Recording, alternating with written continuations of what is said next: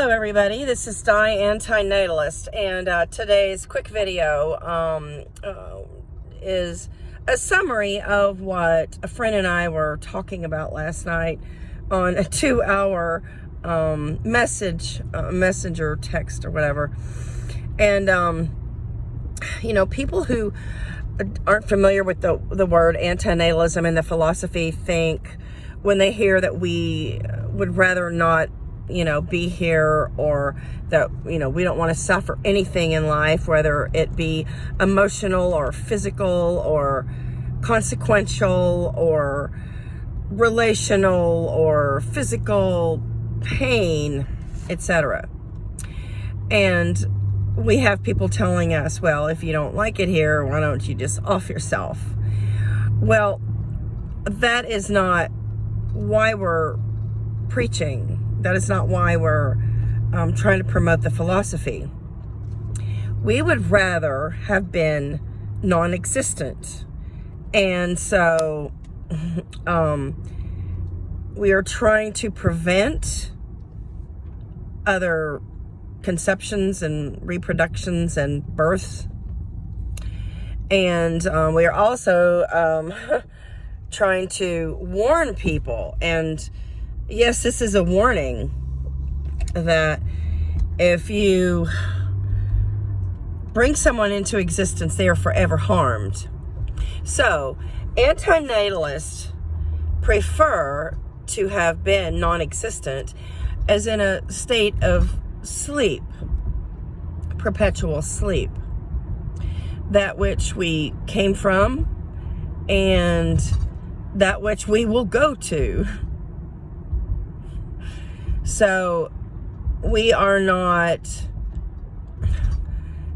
in a state of anger where, we're just blowing off steam and venting because we don't want to kill ourselves.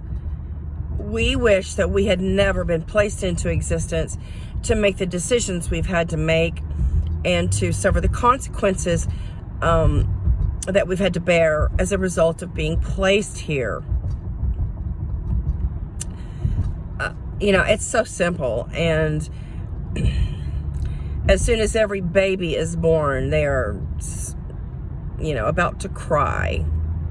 They may be spitting, coughing, flailing around, flailing because of discomfort. And I have heard that the first breath that a baby takes is like fire on the lungs. So it's not a very good way to enter the world, is it? So we are all going to bear consequences of our parents' reproductive activity. Once we are placed into existence, we are forever harmed. If we had not been placed into existence, we would have just been non-existent, and we would not have had any worries, any complaints, any stresses, any consequences, any fears, and nor would we eventually die and fear dying, because every day we are in a battle to keep ourselves alive, whether it's strapping ourselves into a seatbelt or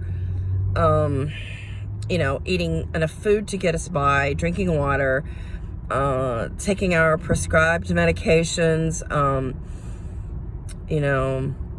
trying to make a good grade in class to succeed in life, just staying afloat. So everybody in life is just, struggling to stay afloat once they're placed into existence.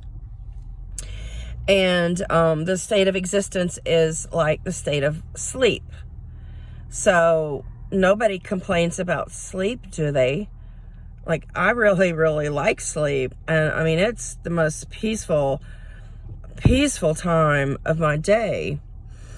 So if you enjoy sleep, then you should never fear to have not been born or to have never been placed into existence.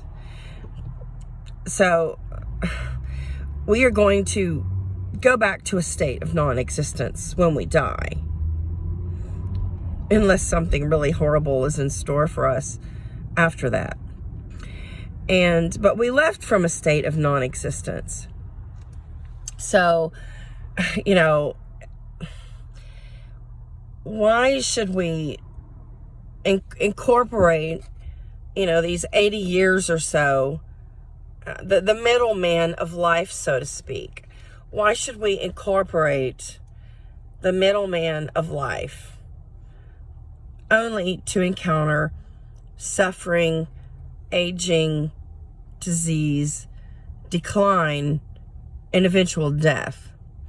And because, as I stated on a previous video, even a 75-year-old man who is stricken with cancer goes to the ER, or, you know, falls and, you know, fractures his skull, or finds out a bad diagnosis, even that 75-year-old man wants to live. Most likely he wants to live. So this is not about, you know, wanting to kill yourself. It's about wishing you were never born to have encountered the illnesses, the diseases, the traumas, the dilemmas, consequences that you had to face as a result of your parents' thoughtless act. So if that doesn't make any sense, please review the video again, because that's about as simple as I can explain concept of antinatalism. And, you know, it is a warning. So if you have children, or if you want to have children, you are placing them into harm's way, and you are adding consequences to their lives. So, you know, if you want to raise a child, foster or adopt. And there are certainly plenty of pets in the world to take in, and they need good homes. So having children is the most selfish thing you can do, and the most thoughtless thing you can do, because they are going to suffer, and at some point in their lives they're going to wonder why you chose to place them into existence, because they did not consent and they did not give their permission. And things could be really, really bad for your child. Your child could have a miserable, life-altering disease like ED, I believe. Look that up, ED. It could have bouts with psoriasis. It could have juvenile diabetes. It could be born with a disability and require many, many operations. It could be hit while riding his bicycle and encounter brain damage.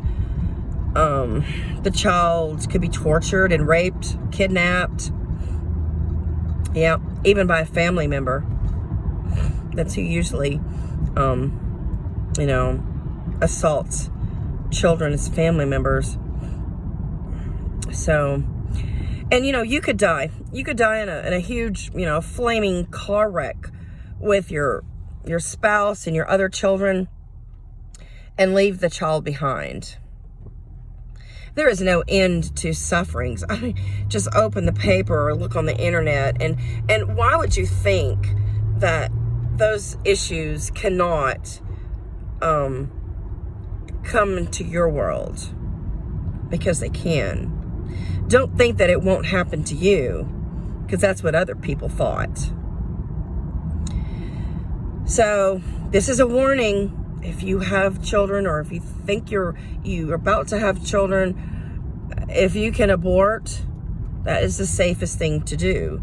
Aborting is the kindest if you are already pregnant and you are within a time frame where it is safe for you.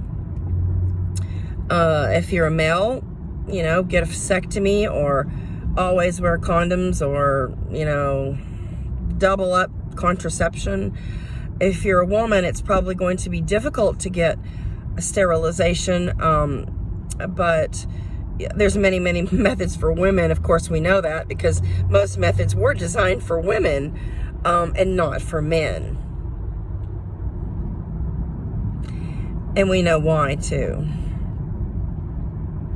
But in the end, if a baby is born, the parents are forever responsible for the harm that was done to that baby, and non-existence is the best choice. Thank you for watching.